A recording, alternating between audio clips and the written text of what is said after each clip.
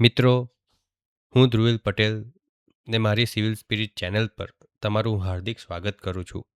આજે આપણે મેથ્સના વિડીયો જોઈશું, જેમાં હું મેથ્સના PYQs કરાવીશ. આ કોર્સમાં હું તમને ઓનલી એક એક્ઝામ રિગાર્ડિંગ નહીં કરાવું. ગવર્મેન્ટ એક્ઝામની રિગાર્ડિંગ જે પણ રિઝનિંગ અને મેથ્સના ક્વેશ્ચન આવતા હશે એ બધા હું સોલ્વ કરાવીશ. તો આજે આપણે આમાં મેથ્સના CCEના આપણે એક્ઝામના વિડીયોઝ જોઈશું. ઓકે, આમાં તમને મેથ્સના જે પણ હું ક્વેશ્ચન કરાવીશ ને એ ગવર્મેન્ટ એક્ઝામ જેવી કે GSSB, GPSC, SSC, ITI, CC અને વગેરે જેટલામાં પણ મેથ્સ રિઝનિંગ આવતું હશે ને એ દરેક માટે તમને આ કોર્સ કામ લાગશે. આજે આપણે જે પેપરના કરી રહ્યા છે ક્વેશ્ચન એ છે CCE મેથ્સ PYQ સિરીઝ, જે 17/5/2024માં લેવાઈ હતી ને એની શિફ્ટ 1નું પેપર છે. એના આપણે ક્વેશ્ચન સોલ્વ કરી રહ્યા છે. ઓકે, તો હવે આપણે બહુ ટાઈમ વેસ્ટ નથી કરતા અને આગળ આપણે આપણા કોર્સમાં વધીએ. તો આજનો પહેલો ક્વેશ્ચન છે આપણો કે જો 3 ભાગીદારો એમી, બ્રાયન અને ક્રિશ નવા કેફેમાં રોકાણ કરે છે. એટલે 3 ભાગીદારો છે, જેમ કે હું છું, મારા 2 મિત્રો છે, અમે ભાગીદારીમાં એક કેફે ઓપન કરીએ છીએ, બરાબર? તો જેમાં મેં રોક્યા, સપોઝ કે એમીએ રોક્યા છે 50,000, તો એમીનો એને રોક્યા કેટલા? 50,000. પછી શું કીધું છે બ્રાયન, તો બ્રાયનનો બી, એને રોક્યા કેટલા? 70,000. પછી આવે તમારું ક્રિશનો કે, એને રોક્યા કેટલા? 80,000. ઓકે, આટલાનું યોગદાન આપે છે. 1 વર્ષ પછી કેફેમાં 60,000નો નફો થાય છે. એટલે after 1 year the profit is 60,000. શું કહે છે? Profit is 60,000. આ શું થયું? પ્રોફિટ. જો નફો તેમાં રોકાણના પ્રમાણમાં વેચવામાં આવે તો બ્રાયનને કેટલો નફો મળે? હવે આપણે શું કરીએ કે સરખા ભાગમાં નથી વેચવાના કે ભાગ્યા 3 કરીને. એ લોકોએ શું કર્યું? જેમ જેમ જેને રોકાણ કર્યું છે ને એટલા વેચાણમાં આપણે કરવાનું. તો પહેલાં તો આપણે આનો રેશિયો શું કરીએ? 5:7:8 થઈ ગયો. બધા મીંડા ઉડાડી દીધા. તો આનો સરવાળો શું થાય? 5 + 7 12, 12 + 8 20 થયો, બરાબર? તો બ્રાયનનું ફાઇન્ડ કરવાનું છે ને આપણને. તો બ્રાયનનો નફો આપણે શું કરીએ? બ્રાયનનો નફો શું કીધું હતું? બ્રાયનનો નફો તો ઇઝ ઇક્વલ ટુ 7/20 × 60,000 થઈ ગયો. કારણ કે બ્રાયન ઇઝ ઇક્વલ ટુ 7 ને આખો ગુણોત્તર 20નો આવશે. તો આ ઉડી ગયું. આ શું થઈ ગયું? 2 3 જા એટલે કેટલો થયા? 7 3 જા 21 એટલે 21,000 થયો. તો બ્રાયનનો નફો થયો તમારો 21,000. એટલે આપણો આન્સર આવ્યો 21,000. હવે આમાં એમીનો કે ક્રિશનો પૂછ્યો તો તમારે એના છેદમાં 20 લઈને ગુણોત્તર કરીને એનો શોધી શકાય છે. આ તો આપણો પહેલો ક્વેશ્ચન. ચાલો આગળ વધીએ. તો આગળ આપણો બીજો ક્વેશ્ચન શું કહે છે કે પાઇપ એક્સ અને વાય અનુક્રમે 7 અને 4 કલાકમાં એક કુંડને ભરી દે છે. તો એક્સ કેટલામાં ભરે છે? 7 કલાકમાં. વાય કેટલામાં ભરે છે? વાય ભરે છે 14 કલાકમાં. અને પાઇપ ઝેડ એ એક આઉટલેટ હોવાથી, ઝેડ શું છે? એક આઉટલેટ, એટલે શું થશે? માઇનસ થશે. હોવાથી તેઓ સાથે મળીને 28 કલાકમાં કુંડી ભરે છે. શું? સાથે મળીને 28 કલાકમાં. એટલે આનો LCM શું થઈ ગયો? 28 થયો. એનો મિનિંગ થયો કે આ 28 આવી ગયો. ઓકે, તો હવે આની કાર્યક્ષમતા કેટલી? તો 7. તો 7ની કાર્યક્ષમતા કેટલી? 7 × 28 એટલે 4ની. આની કેટલી છે? 2ની કાર્યક્ષમતા થઈ. અને આની કેટલી થઈ? 1ની કાર્યક્ષમતા થઈ. હવે તેઓ સાથે મળીને 28 કલાકમાં કહે તો એકલા ઝેડને સંપૂર્ણ કુંડી ખાલી કરવામાં કેટલો સમય લાગશે? તો એકલા ઝેડને કુંડી ખાલી કરવામાં કેટલો સમય લાગશે? તો 28/1 એટલે કેટલો લાગે તમારે? 28 કલાક. આવું તમે બધા કરશો એ મને ખબર છે, પણ આવું નહીં આવે. આપણે તો પહેલાં તો શું કરવાનું છે? આનું એકલા ઝેડને સંપૂર્ણ ખાલી કરવામાં કેટલો? તો કાર્યક્ષમતા શું થઈ તમારી? 4 + 2 6 6 - 1 એટલે 5, બરાબર? 5 તો 28/5 તો કેટલા થયા? 5 × 5 = 25. પછી 5 × 6 = 30 એટલે 5.6 કલાક થશે. કેટલા? 5.6 કલાક. એટલે આપણો આન્સર આવશે તમારો 5.6 કલાક. ઓકે, જો તમને આ સમજ ના પડી હોય તો મને કોમેન્ટ્સ કરજો, હું તમને ફરીથી એક્સપ્લેન કરીશ. ઓકે, હવે ચાલો આગળ વધીએ. એક થિયેટરમાં 3 પ્રકારની ટિકિટો વેચી છે. આમાં કઈ ટિકિટો વેચી છે? એક રેગ્યુલર વેચી છે, એક પ્રીમિયમ વેચી છે અને એક વીઆઈપી વેચી છે. ચોક્કસ દિવસે નીચેના વ્યવહારો થાય છે. તો કયા વ્યવહાર થાય છે? પહેલો વ્યવહાર થાય છે આ ₹4500, બીજો થાય છે ₹5500, ત્રીજો થાય છે ₹5400. હવે શું કીધું? જો આર, પી અને વી રેગ્યુલર, પ્રીમિયમ અને વીઆઈપી ટિકિટના ભાવ રજૂ કરે છે, તો નીચેનામાંથી કયું દરેક પ્રકારની ટિકિટ માટે સાચો ભાવ રજૂ કરે છે એ આપણે જોવાનું છે. બરાબર. હવે બધા વિદ્યાર્થીઓ શું કરશે આમાં કે બધું જોવા મળશે કે હારું આ ગણવાનું કઈ રીતે 4500 5500. આમાં તમે જે વિચારો છો એ જ રીત છે કે તમે ઓપ્શનથી જાઓ. તો ઓપ્શનમાં પહેલાં વારાફરતી મૂકો ઓપ્શન. તો હું છે ને પહેલો ઓપ્શન મૂકું છું. તો ચલો આરની જગ્યાએ હું 100 મૂકું તો પહેલામાં 10 આવે તો 100 ગુણ્યા 10 એટલે કેટલા થયા? 1000 થયા. વત્તા 400 ગુણ્યા 5 એટલે કેટલા થયા? 2000 થયા.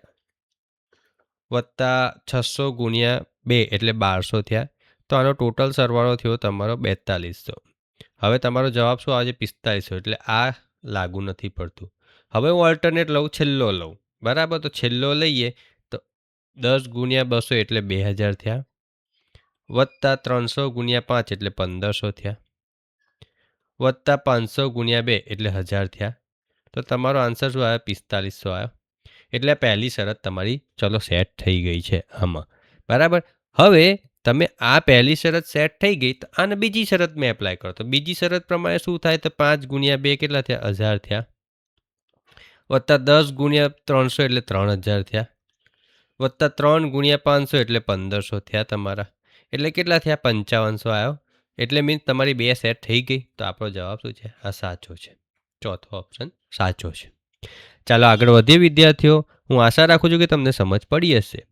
હવે ચોથો ક્વેશ્ચન આપણને શું કહે છે કે એક બેકરે સતત 3 દિવસ 20, 30, 40 કૂકીઝ બનાવી અને તેને અનુક્રમે 2, 3, 4 પ્રતિ કૂકી વેચી.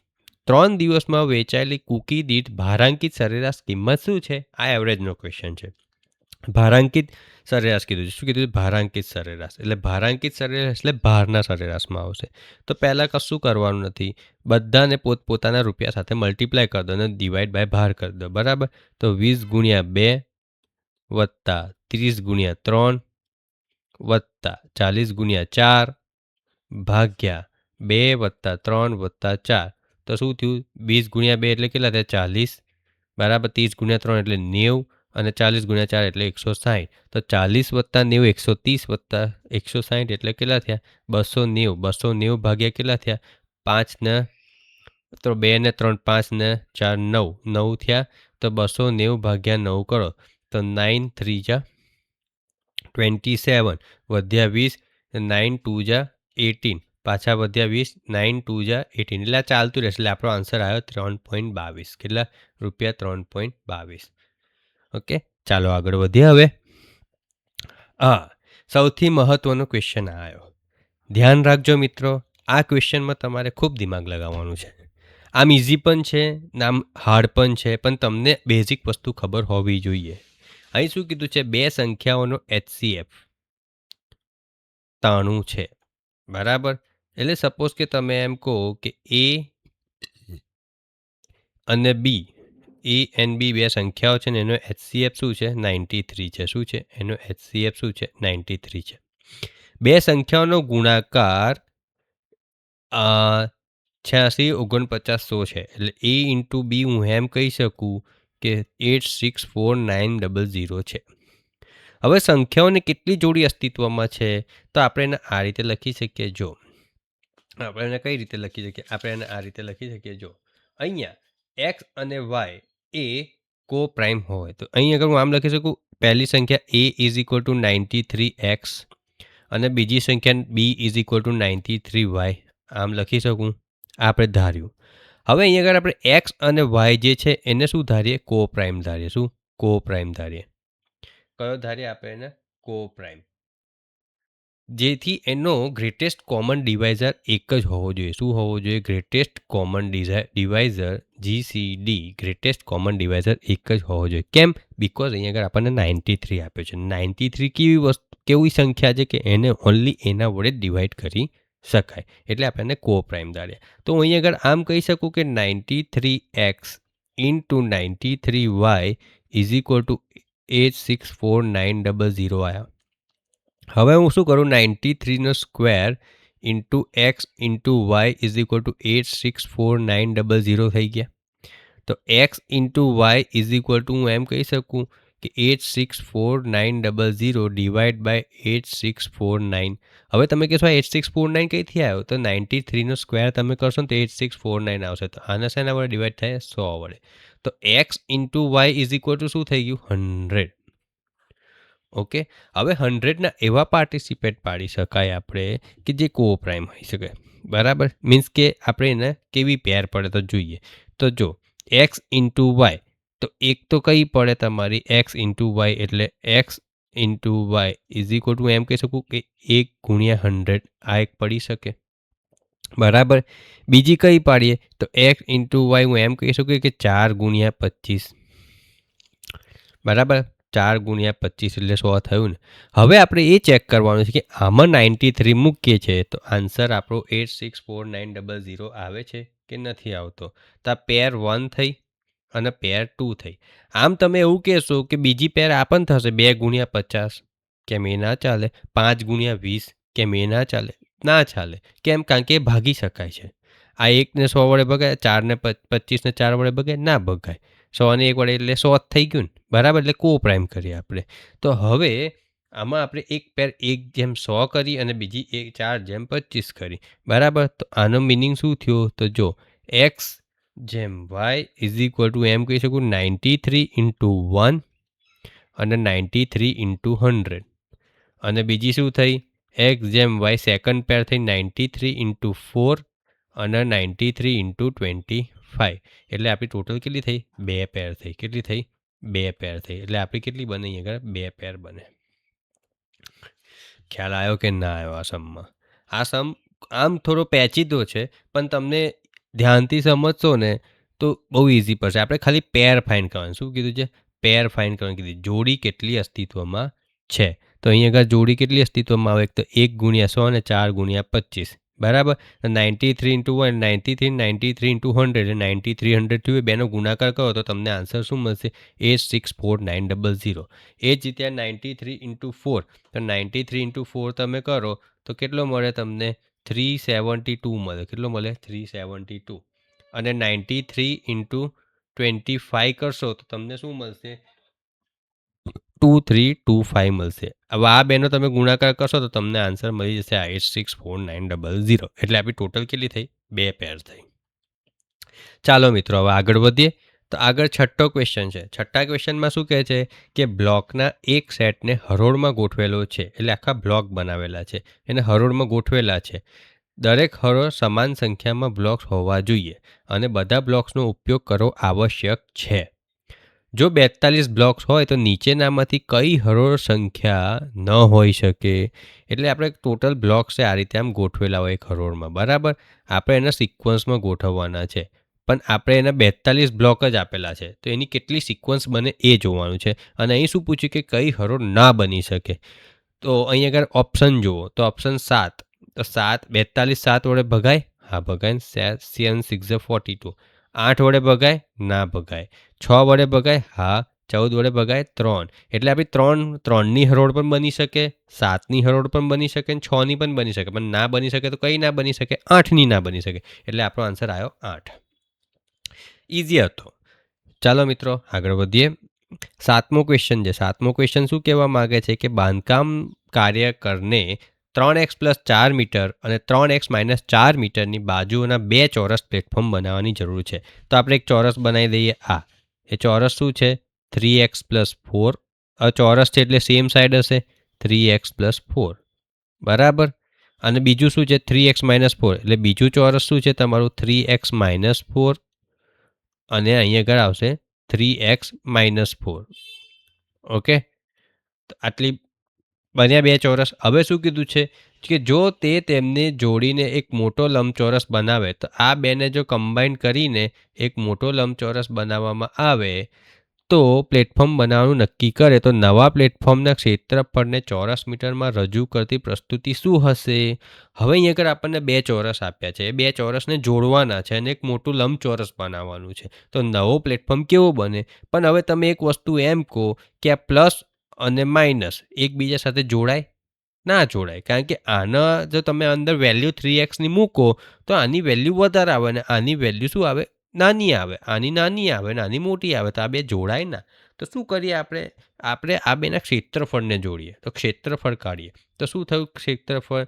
તો ક્ષેત્રફળ થાય 3x + 4 * 3x + 4 plus 3x - 4 * 3x - 4. તો જો 9x² plus 3 * 4 = 12, 12x plus 12x plus 16 વત્તા 9x² minus 12x minus 12x અને પ્લસ 16.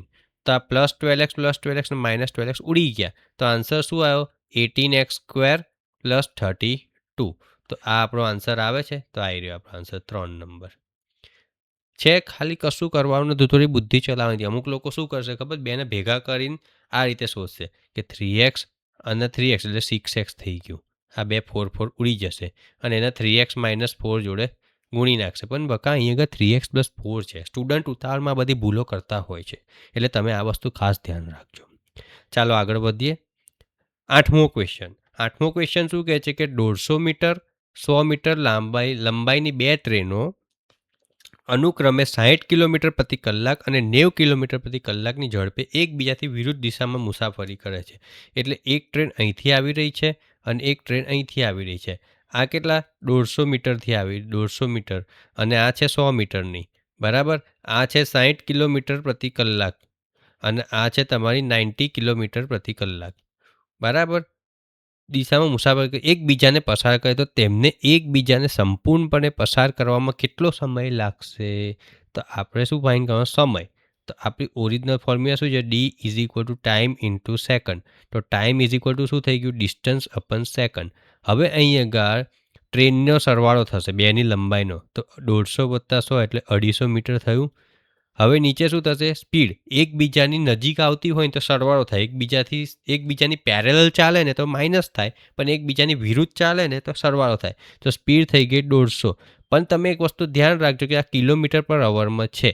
તો કિલોમીટર પર અવર ને મીટર પર સેકન્ડમાં કન્વર્ટ કરવા માટે 5/18 વડે ગુણવું પડે. શેના વડે? 5/18 વડે ગુણવું પડે. પણ અહીં આગળ સ્પીડ આપણી છેદમાં છે તો અંશમાં જવા માટે 18/5 થશે. ઓકે. તો જુઓ 3 * 6 = 18, 3 * 5 = 15, 55 અને 5 * 5 ઉડી ગયા. તો t = શું થયું? 6 સેકન્ડ. કેટલો લાગે? 6 સેકન્ડનો સમય લાગે. કેટલો સમય લાગે? 6 સેકન્ડ. એટલે આન્સર આપણો આવ્યો પહેલો. ચાલો આગળ વધીએ હવે નવા પ્રશ્ન પર. 9મો ક્વેશ્ચન. P અને Qની આવક 2:1 ગુણોત્તરમાં છે. તો અહીં આગળ આપણે લખીએ P/Q. તો એની આવક છે 2:1 અને તેમના ખર્ચાઓ 5/2 છે. તો ખર્ચાના ગુણોત્તર લખીએ P અને Qના કેટલા છે? 5/2.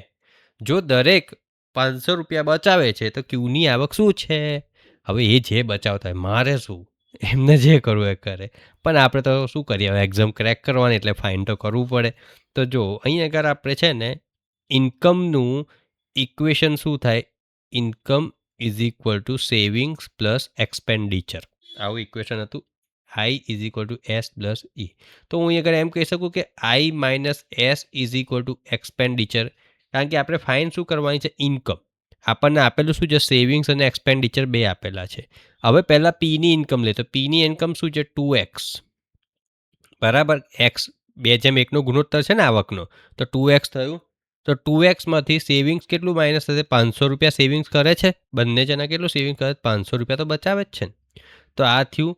અને નીચે બીજો આપણે લઈએ તો Qની. તો x થઈ ઇન્કમ, કારણ કે 1ના ફોર્મમાં આપ્યું છે. એ પણ 500 બચાવે છે. તો એક્સપેન્ડિચરનો નવો ગુણોત્તર કેટલો છે? તો 5/2. તો 5/2 થઈ ગયું. સમજ પડી ને વિદ્યાર્થીઓ? આમાં મેં કંઈ નહીં કર્યું. 2x એટલે x એટલે આવક લઈ લીધી, આ -500 સેવિંગ્સ અને આ 5/2 ગુણોત્તર. હવે ક્રોસ મલ્ટિપ્લિકેશન કરી દો તો શું બને? 4x minus 1000 is equal two 5x minus 2500. તો હવે આ બાજુ થશે 1500 અહીંયા આવી ગયા ઇઝ ઇક્વલ ટુ એક્સ, કારણ કે 2500 આમ જશે પ્લસ એટલે 1500 થયો, તો એક્સ ઇઝ ઇક્વલ ટુ 1500 આવ્યો તમારો. તો આન્સર આવ્યો તમારો 1, એક્સ ઇઝ ઇક્વલ ટુ 1500. હવે આજનો લાસ્ટ ક્વેશ્ચન આવ્યો છે મિત્રો. આજનો લાસ્ટ ક્વેશ્ચન શું કહે છે કે પ્રથમ 90 એકી પ્રાકૃતિક સંખ્યાઓનો સરેરાશ કેટલો છે. હવે શું કીધું છે પ્રથમ 90 એકી એટલે લાસ્ટ ટર્મ કયું થયું, તો લાસ્ટ ટર્મ થયું તમારું 90 ઇન્ટુ 2 -1 એકીવાળું લાસ્ટ ટર્મ. તો 90 ઇન્ટુ 2 શું થાય 180, કારણ કે એકી બેકી ઓલ્ટરનેટ ચાલે એટલે 90 ઇન્ટુ 2 કર્યું, પણ 90 ઇન્ટુ 2 તમે કર્યું એ શું થયું તમારું બેકી સંખ્યા થઈ, તો -1 કર્યું એટલે આપણને એકી મળી 179. તો એવરેજ ઇઝ ઇક્વલ ટુ શું થયું, average is equal to first term plus last term divide by 2. તો 180 ડિવાઈડ બાય 2 એટલે શું આવ્યું 90 આવ્યું. શું આવ્યો આન્સર આપણો 90. તો વિદ્યાર્થીઓ તમને આ બધા જ ક્વેશ્ચન સમજમાં આવ્યા હોય અને ના સમજમાં આવ્યા હોય તો તમે પ્લીઝ કોમેન્ટ કરજો, હું તમને બીજા વિડીયોમાં સોલ્યુશન આપી દઈશ. થેન્ક યુ, તમે મને સાંભળ્યો અને હું આશા રાખું છું કે મારી મહેનત રંગ લાવી રહી છે અને તમને મદદ કરવામાં સફળ થઈ રહી છે. તો હવે આપણે મળીશું નેક્સ્ટ વિડીયોમાં. ત્યાં સુધી બધાને ઓલ ધ બેસ્ટ.